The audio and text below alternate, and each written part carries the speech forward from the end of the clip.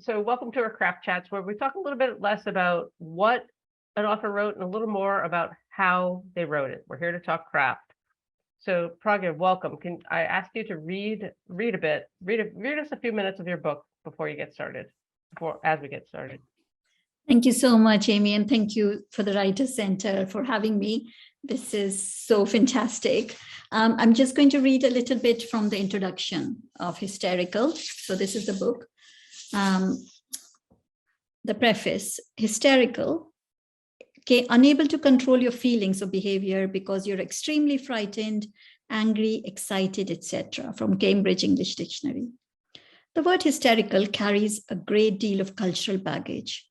By its original definition, hysteria cannot be attributed to men, as it is historically inherently linked to women's bodies, specifically in ancient Greek texts to displaced or wandering uterus, which was thought to move around a woman's body, causing emotional and sometimes physical disruption.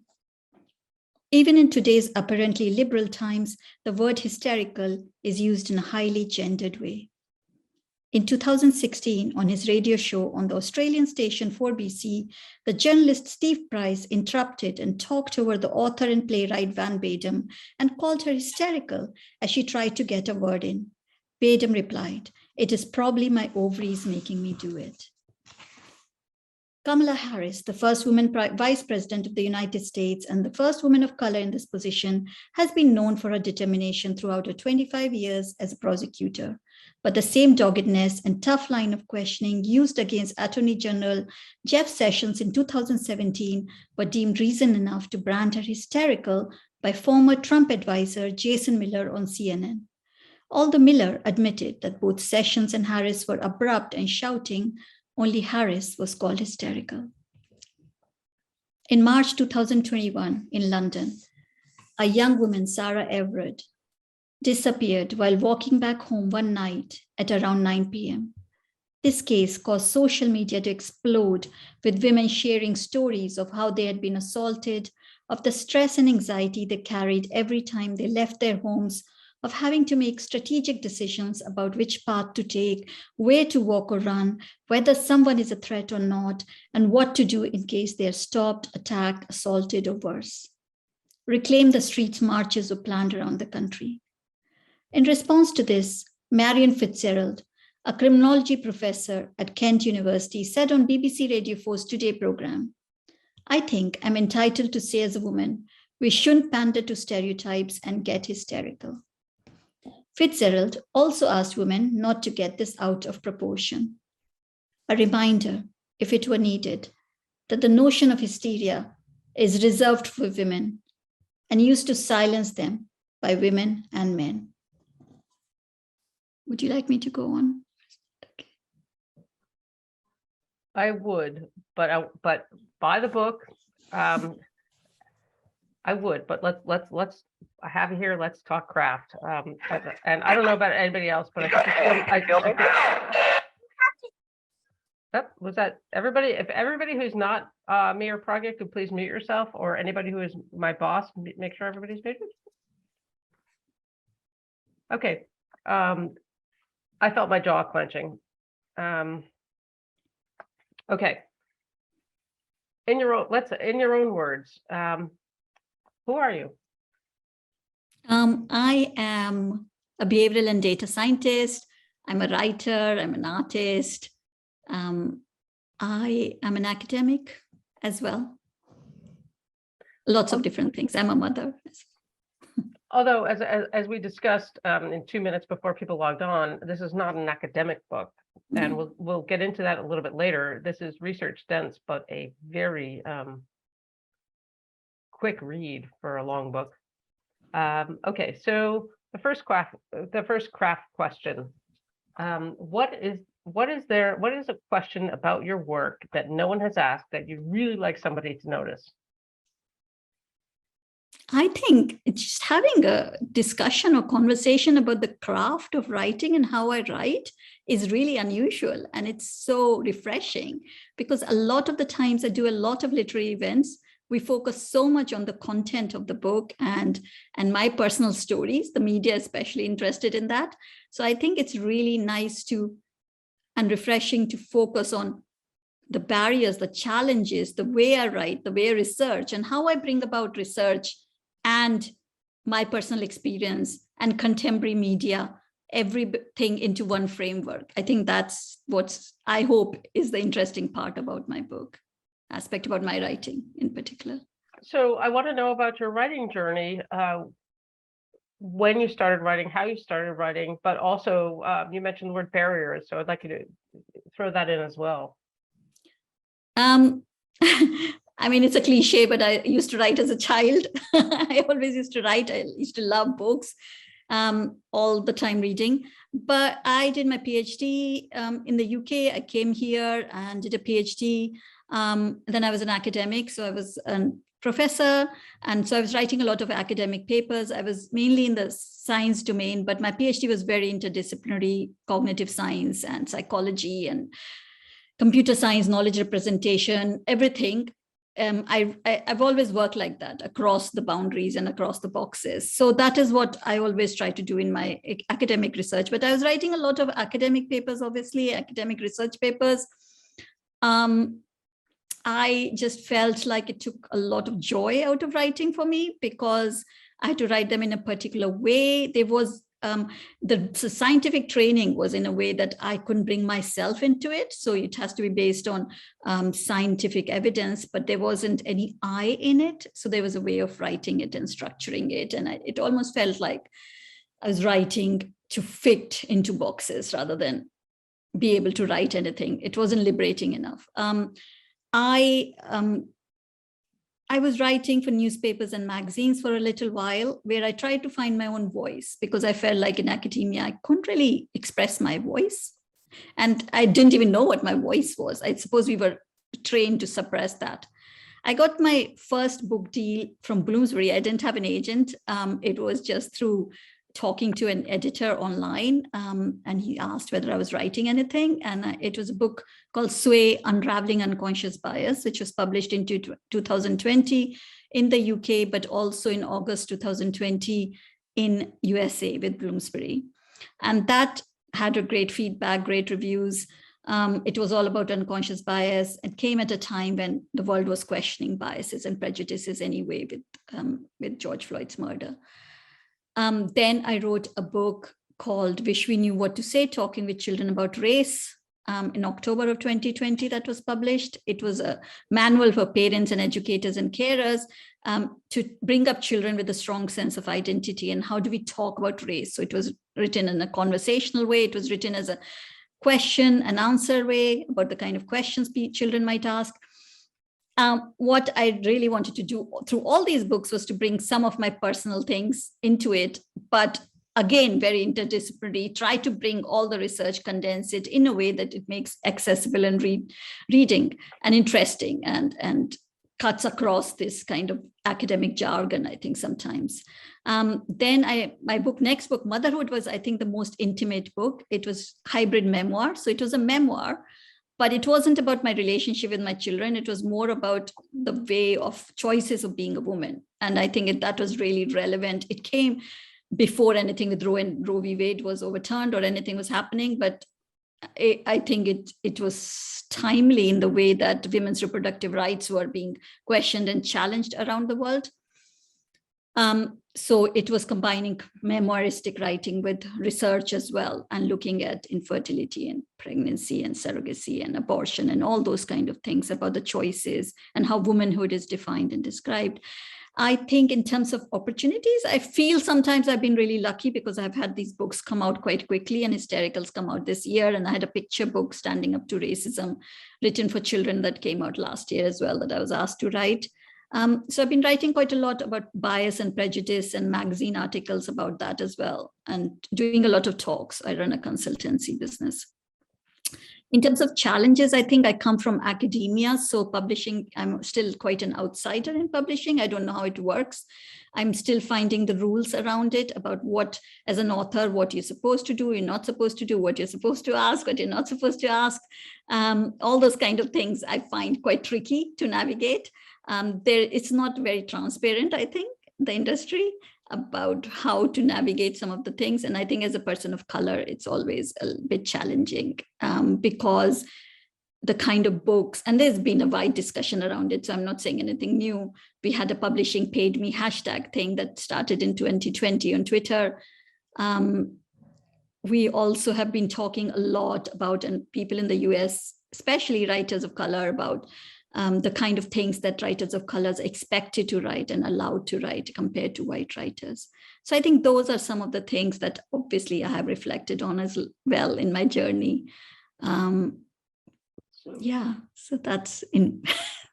No, I mean, I want to go in so many different directions here. Craft chat, Amy, craft chat. Okay. So I want to know about the process of writing a book of this factual density, but I clearly heard your voice in the book. So, you know, speaking as a woman who's been told to calm down my whole life, and I actually, you know, don't lose my temper that often. So I want to know how you came to write this book, but also if you can start talking, because I'm very interested in the research. How, so I suspect you had an idea where you wanted this to go, but how did this come about? How did you go from an idea to this opus? Yeah, I think the idea, obviously through my personal experience. So I mentioned, it's not a memoir, but I do mention that since I was a child or young, I was told that I was oversensitive or over emotional, that you feel too much, or that you need to calm down or take a break or smile or whatever, all those kind of things. And I always used to wonder how that is so gendered. I always wondered that. And I suppose my academic research was into computer systems, technical systems, and I was really interested in how we make personalized systems which have more effective human-computer interaction, but we don't really tackle emotions in it. So I always thought we don't talk about emotions that much. And it's almost like we leave emotions out of being human when we are trying to think about humanity. So that was another thing that it was in my mind. I was on a writing course actually just before lockdown in London for 5 days, and I was away from my children for the first time, and they were really small. And so I think for the first time I could think clearly without their screams in my head. And so I sat down in the hotel room at night, and suddenly it was crystal clear in my head what I wanted to work on. And I wrote this whole proposal. It wasn't very long, but this whole structure of the book, the proposal, in one night. And it might feel like it was just like it happened, it was an epiphany, but I think it was crystallization of a lot of years of work and experience and everything that was happening. Okay. So you saw the structure in your head. Can you explain to us what structure you saw and how you took research and filled that in? Because that was a question I was going to ask you about, you know, okay, go ahead. Let's just stick there. Yes, but I'm not a very good planner. I work from, I don't know, it's called the seat of my pants or something. I think that's the term that's used. I go in directions that I'm taken in sometimes from my research. I find interesting paths. I go down rabbit holes. I like doing that. I don't plan everything. But I had an idea that the book is about gendered emotions, about some people are allowed some emotions and some people are not allowed some emotions. And that is very much gendered, and that impacts our society. So I had a lot of case studies in my head and contemporary media and contemporary case studies. And I was always collecting them into a document about whenever I noted something, and there were quite a lot. Okay, so when you say you had case studies in your head, I don't know what that means. I don't have any case studies in my head. What does that look like, and how did you start to organize all this information? Yeah. So you wanted to study gendered emotions. You didn't know where it was going, and in the U.S. we say plotters, people who plot it out, versus pantsers, seat of the pants. And it's astonishing to me that you can write something. I mean, it's without a narrative. I mean, it has a narrative. Okay, stick to the question, Amy. So yes, I did have a structure in terms of, okay, I will talk about the emotions. I will talk about how they're formed in the brain, whether there's a difference between men and women's brain, whether men and women experience emotions in the same way or different way, or is it that we express them in different ways? So I had an idea of those.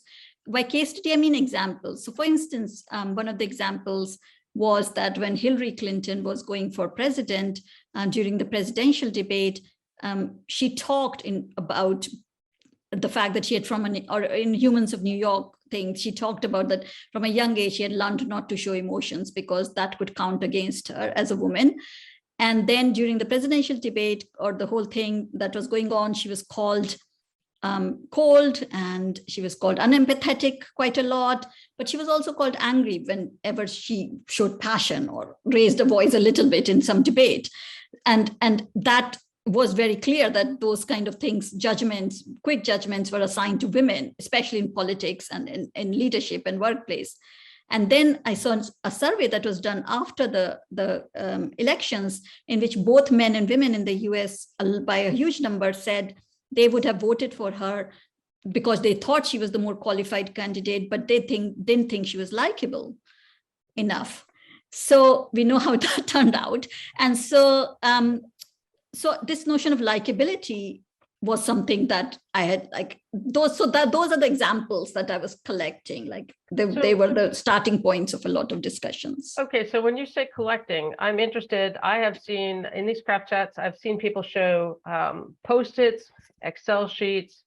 When you collect these ideas or case studies or actual, I don't even know the words. Examples. Data, right.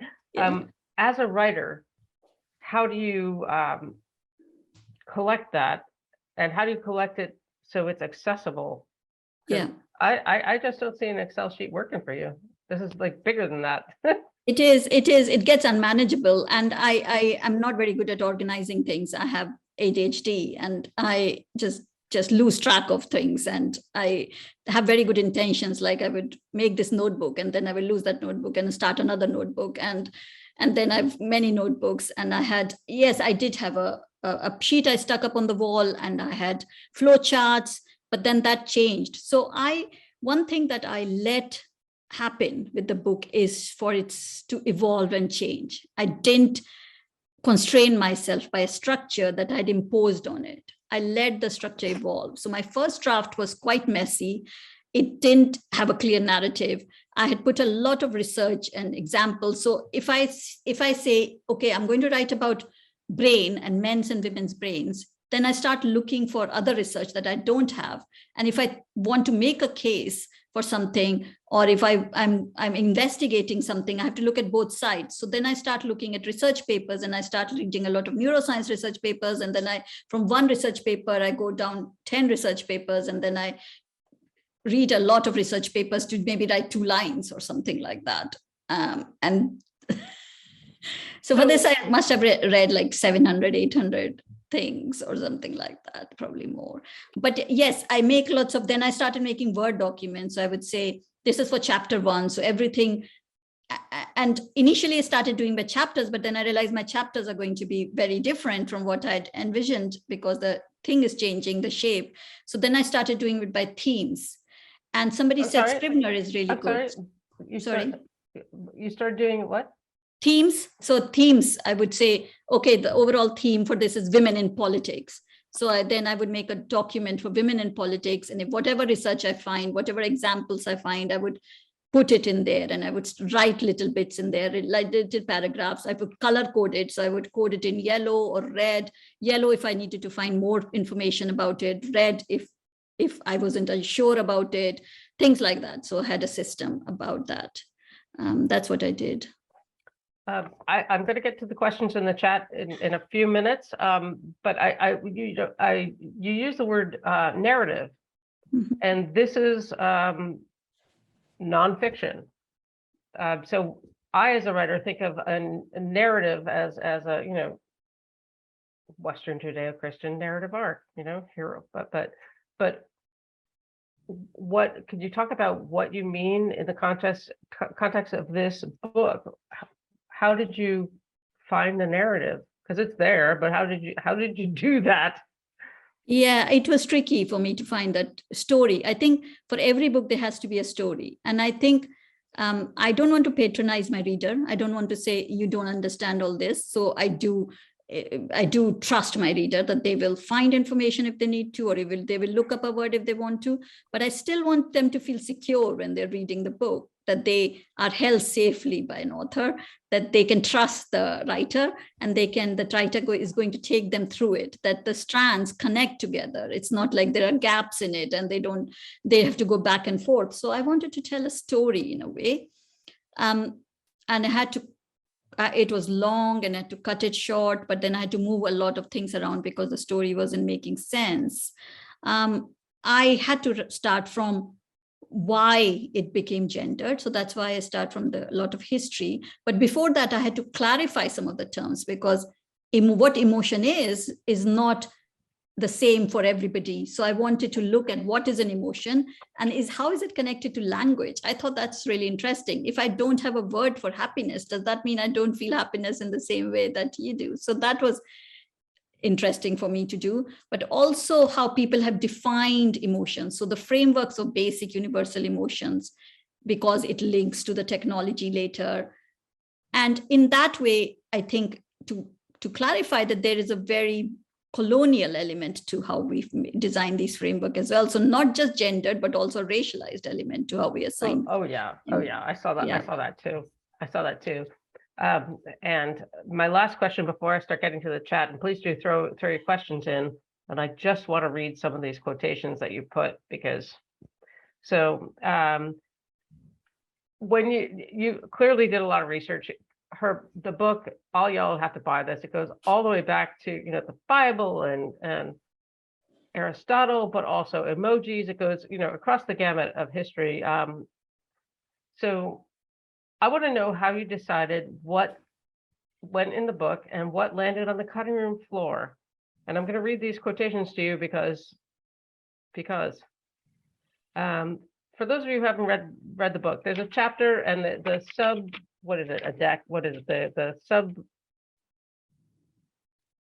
subheading? Subtitle? Yeah, the subheading was, and it was called Chamber Pots.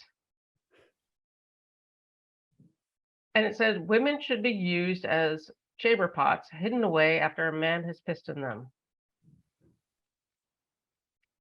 And another quotation later in the book is, as nature has given man the superiority above women by endowing him with greater strength, both of body and mind, and it is his part to alleviate that superiority as much as possible by generosity of his behavior, and this to justify gallantry.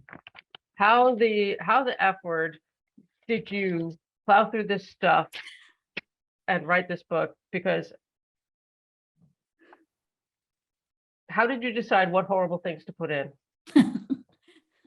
I do say at the start of the book, it might make you angry or it might make you sad. It made me both, and both emotions are valid, or it might make you neither. I'm sorry, did you say bored? No, angry or sad. I thought you said bored as well, which is beautiful. Oh yeah, bored. Some people, that's very apt. Some people would say that. But yes, I mean, there were a lot. I did a lot of research here in British Library and in the archives. And I found every time I came across a quotation like that, I was just like startled, and I would put it in a Word document. So I had a Word document of all the quotations as well. So there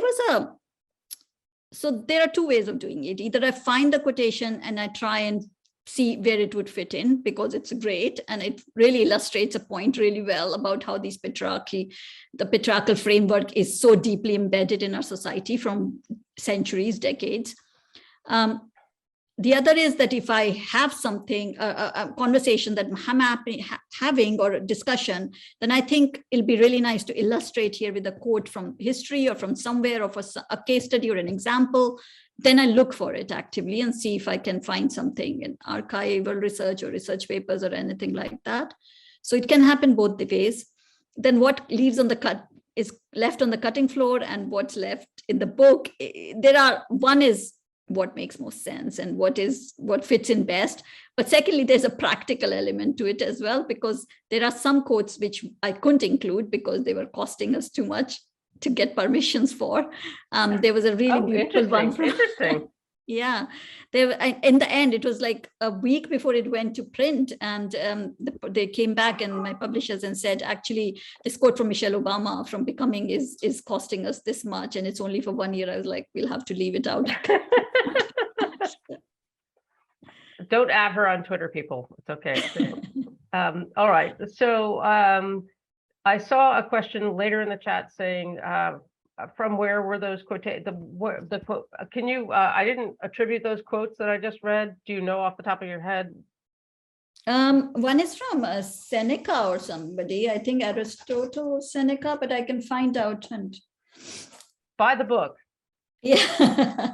Yes. I'll put it in the chat at the end. Let's get to your questions. Okay, from Elaine, all the way back to 5:16 p.m. a while ago. Do you have opportunities to mentor scientists in personal writing? Interesting. Do you find them receptive? Receptive, singular. Sorry, could you repeat that? Do you have opportunities to mentor scientists in personal writing? And do you find them receptive? I did run a couple of like free workshops and things in nonfiction writing, and I'm doing a course for doing an in-person workshop for a place called Arvon in the UK, which does a lot of writing courses. It's called From Personal to Political. So yes, there are some scientists and academics who are interested in it, but not that many. And I think maybe there'll be more interest in it, but perhaps I think it's a problem in our society about how we keep science and art separate sometimes, and how we think of them as two different things rather than both interacting with each other and complementing each other. That's how I felt. I'm a scientist and an artist. I don't think that they are as separate from each other. I did architecture as my first degree, actually, which has both science and art in it. Your first degree, right? It's good to collect things. That's great. But yes, I would love to mentor more scientists in personal writing. Thank you for the question. I'm just going to go in order here. Have you conducted an academic study on likability? Are men more likable than women? I'd like to take that question, but I'm going to hand it to you. No, I would love to hear your thoughts. There are quite a few research studies which I mentioned in the book. So yes, you can, if you get a chance to read the book. There was one that's particularly really interesting for me, that when both men and women, when they perceive an angry person, if they see an angry woman, they are more likely to attribute the anger to her personality and say she's just an angry person. While if they see an angry man, they are more likely to attribute that to his circumstance and say he's having a bad day. So men have more opportunity to be likable even when they express emotions which are considered negative like anger. But anger is not actually considered a negative emotion in men for a long time. If you look at classical literature, it's a sthenic emotion, and it's hot emotion. And so men are able to handle it because they're not as fragile as women, and they don't become overcome with it like women do. And so angry women are also people admitted in research studies that they would pay an angry woman as much as 4 times less than an angry man. So a man's likability, first of all, does not affect his career prospects as much, because authority, aggressiveness, all the assertiveness, all those kind of things are considered masculine attributes, while a feminine attributes are considered to be nurture, warmth, likability is very much a part of a feminine attribute. So if a woman transgresses these attributes, she's heavily penalized for it. There's also in our society, whoever is at the top of the hierarchy, or any sort of hierarchy, let's consider gender, men are the norm. So a person who's higher up in the hierarchy and has more power and status is able to transgress the societal norms more without it impacting their likability than women, than people who are lower in the hierarchy, who are penalized more for transgressing these norms. That means that a man is more likely to be considered likable, while a woman might be called bossy or bitchy and all those kind of labels that are assigned to them if they transgress these norms. I have never rolled my eyes so many times in a professional event. Some of the things you say, I'm like, oh, great, of course, of course.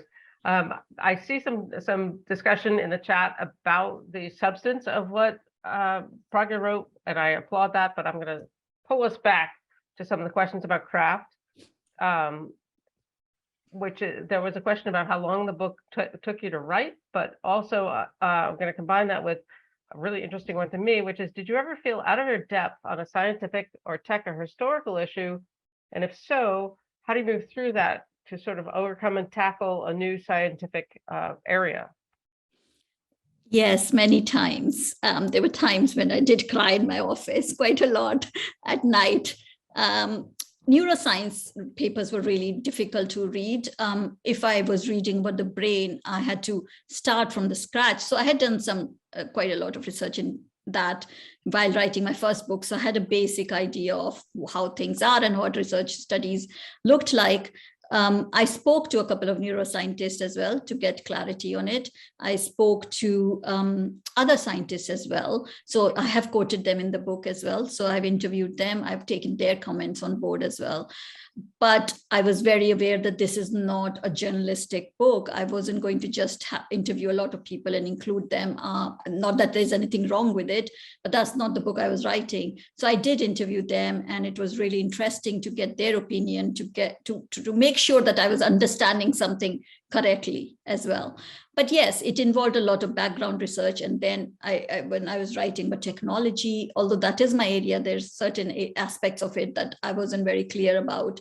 And so I had to do a lot of background research, which means going back and starting from the basics, which takes more time.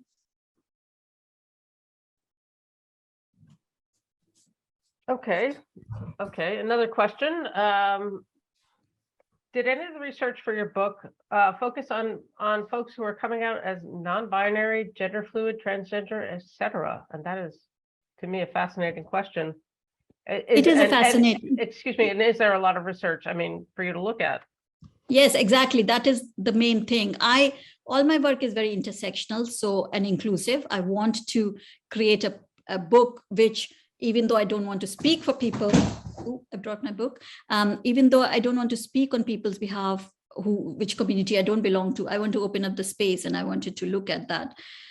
The problem is we don't have enough research studies done on non-binary, gender non-conforming, transgender people. There is a real lack of data in this area. I did speak to quite a few people. I looked at personal essays because that gives an insight into sometimes people's experiences. So I looked at creative nonfiction essays. I looked at people's experiences where they've been quoted. I spoke to a couple of people here, trans women in particular, but also one or two trans men. I did include that. I didn't include some of that in it, but I wanted to make clear that I'm not generalizing anybody. I'm not saying that these are representative of the whole community, because I cannot be sure.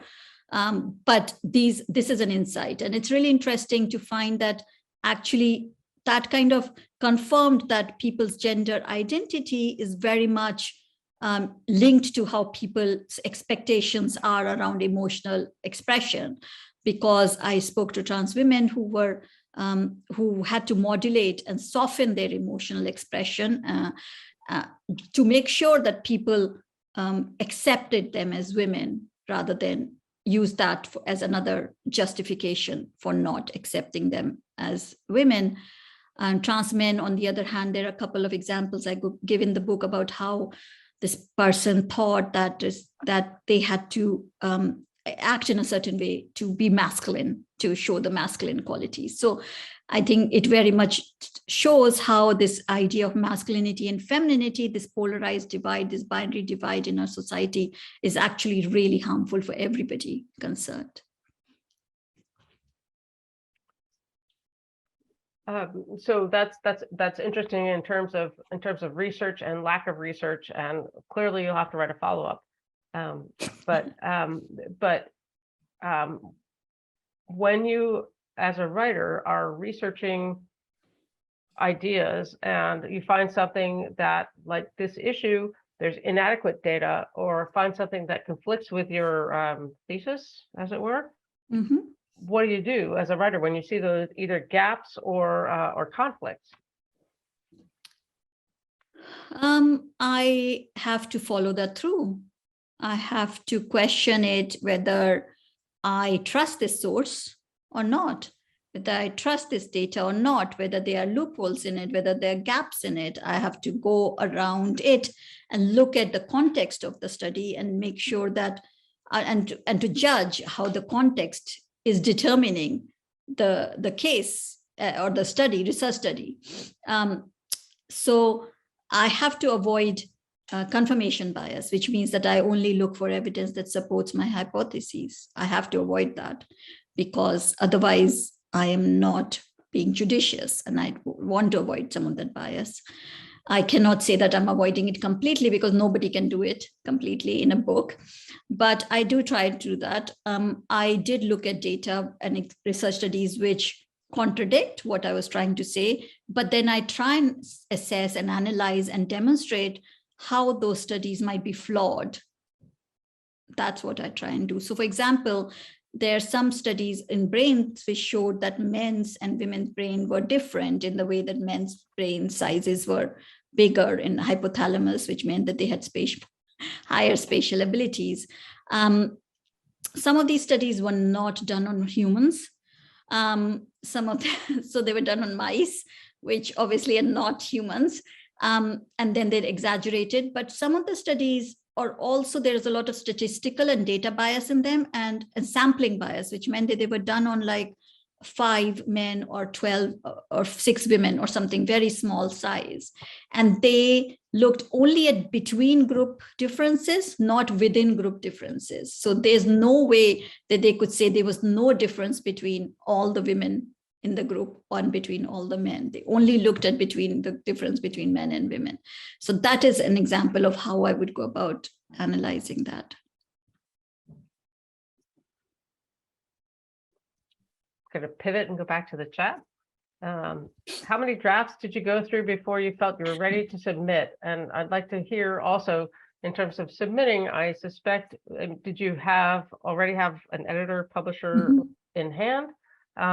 And how long did it take you to complete the book, aside from the lifetime of?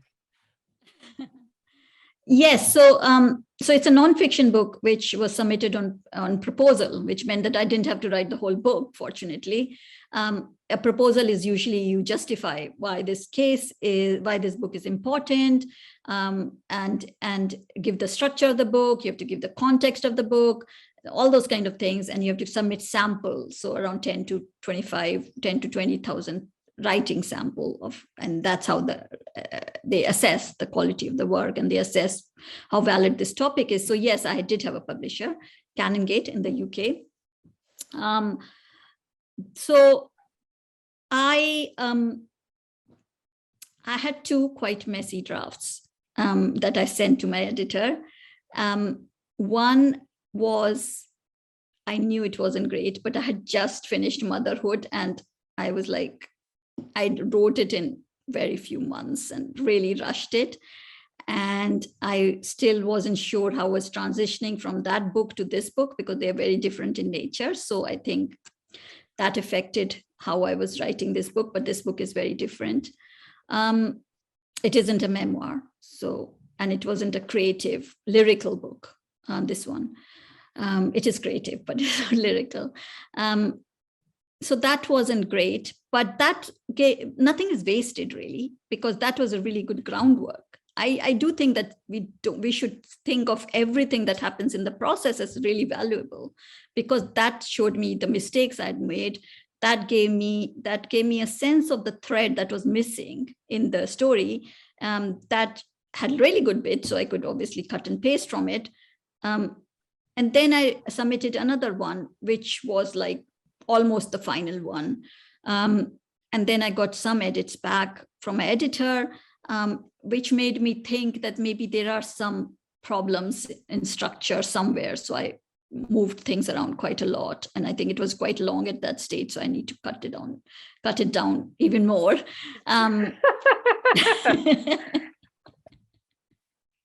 It's a substantial read in a good way. Thank you. So yes, So I had been, obviously I had a lot of research, and I won't be able to say how long it took me to do the research. I do the research really quickly. My research and my writing goes hand in hand. So I'm not like I do research first and then write. I have to research and write at the same time. And then I polish up what I've written once I've written something. And I also believe that I have to put my thoughts down on paper before I can say that this is the perfect thing. I don't think there's anything perfect really, but it has to be perfect from my perspective, that it makes sense, everything links together. When I read the whole book, it doesn't jump from one place to another. There is a story there, and that's what I was trying to do. So the third one was the one that we really worked on properly after that, and I got edits back from her, and then I worked on the edits, and then I went to copy edit, all those kind of things that happens in publishing. A question from the chat. Did you find any patterns in your research that informs how we should communicate with certain genders and races to evoke or not evoke certain emotions? Big question, but go ahead, take a whack. How we should engage with people so not to evoke certain emotions. That's a really interesting question. I think that implicitly or explicitly, we do modulate our emotions depending on who is in front of us and what we think is acceptable and not acceptable. So we do that according to our context. So if we always look at the impropriety threshold in terms of any social construct. And the person that we are with, how close we are to them, what liberties we can take, how much we can get past them, how far we can go. So I think we're always doing that. I would never recommend that we act in a certain way so as to not evoke certain emotions from people, because I think everybody should be able to express the emotions they want to express within certain bounds. What the main thing is that we don't judge or penalize people for the emotions they're showing based on their race or gender or their identity or any other sort of identity, because I think in workplaces in particular, the people who are marginalized are less able to show their authentic self and their authentic emotions. There are certain norms that become set in a society, in a culture, in our organization. So I'm talking around your question, but it's a great question. It is an interesting question. I do think that one thing that we can really all be careful of is microaggressions, because sometimes our implicit biases are expressed in form of either benevolent stereotypes or microaggressions. But when we feel patronized or when we feel the burden of these seemingly very tiny things, but that make us feel even more othered or marginalized, we suppress our emotions even more, and we carry the trauma of it. And we know by research that it has a huge psychological impact of suppressing our emotions. So day in and out, if you're suppressing our emotions, it has a huge psychological, mental, and physical impact. So I think the main thing is to think about, through our words and language, are we attacking people's identity? Are we making them feel marginalized? Are we making them feel patronized? Anything like that, I think that. But yeah, I can think about it more. Thank you. We might have to stay on for another couple of hours just to talk substance. Okay, how did you decide when to share subjective experience / memoir excerpts in what you wrote? Thank you. That's a really interesting question as well. Right, because you talked earlier about the desire to put where do you put your own voice in, which I think very, very much comes through in this book, but y'all have to buy a copy to find out. I was very clear from the very start that this book was not a memoir like motherhood was. Motherhood is a very intimate experience, and I couldn't write that book without bringing my experience into it. And that is a book that I did want to talk about my experience. here I do start off in the introduction and show why am I writing this book? Why? What is my personal stake in this book? So that is where I bring my memoir, because there has to be a stake in the book that the reader relates to in some way. So that was a personal stake, to say, this is my personal stake in this topic. This is my stake as a researcher. This is my stake as an activist, whatever, but this is my personal stake. So I did talk about that. I do bring other personal experiences to show maybe the direct impact of these things. For instance, when I talk about an example that I took my then 5-year-old to the dentist, a girl, and the dentist kept saying to her, "Why aren't you smiling?" And she looked really confused. And she was like, and I had to really step up after a while and say, why should she smile? She's thinking, she's observing, she's a very thoughtful child. She doesn't have to smile right now. And also, why is it your business? Yeah. And she came out and said, "Mommy, you should have smiled." I said, "No, you don't have to smile for anybody." And then I realized that is where these expectations start, where you start expecting girls in particular, and there's a lot of research there, which I talk about in the book as well, with lots of evidence, lots of angles. Women and girls are expected to create comfort for others and to do emotional labor, which means modify their emotions, modulate their emotions for the comfort of other people.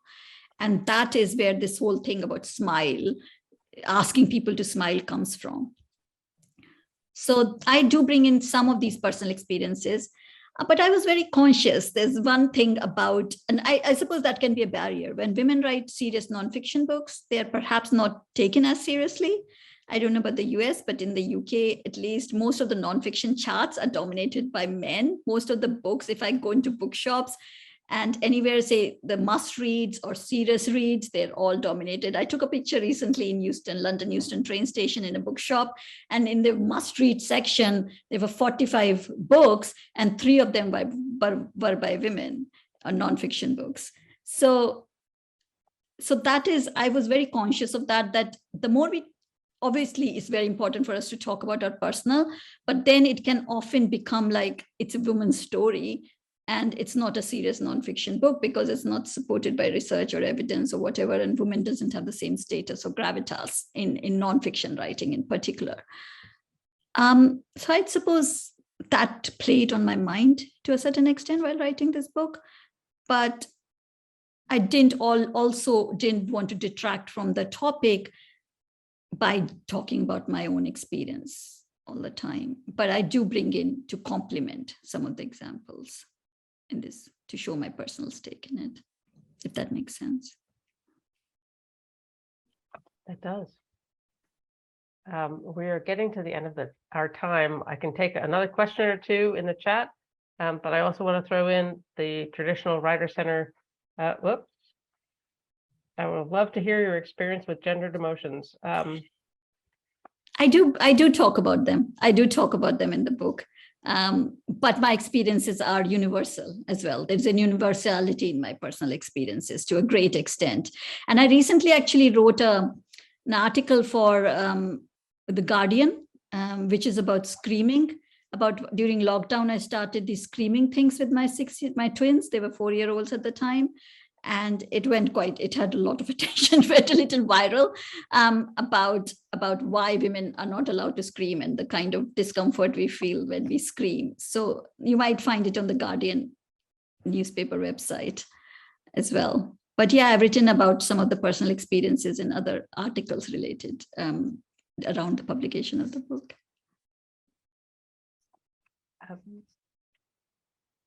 Manny, if you can find the Guardian piece and throw it in, that would be great. But if you can't, no worries. I'm on it. All right. So the final Writer Center question.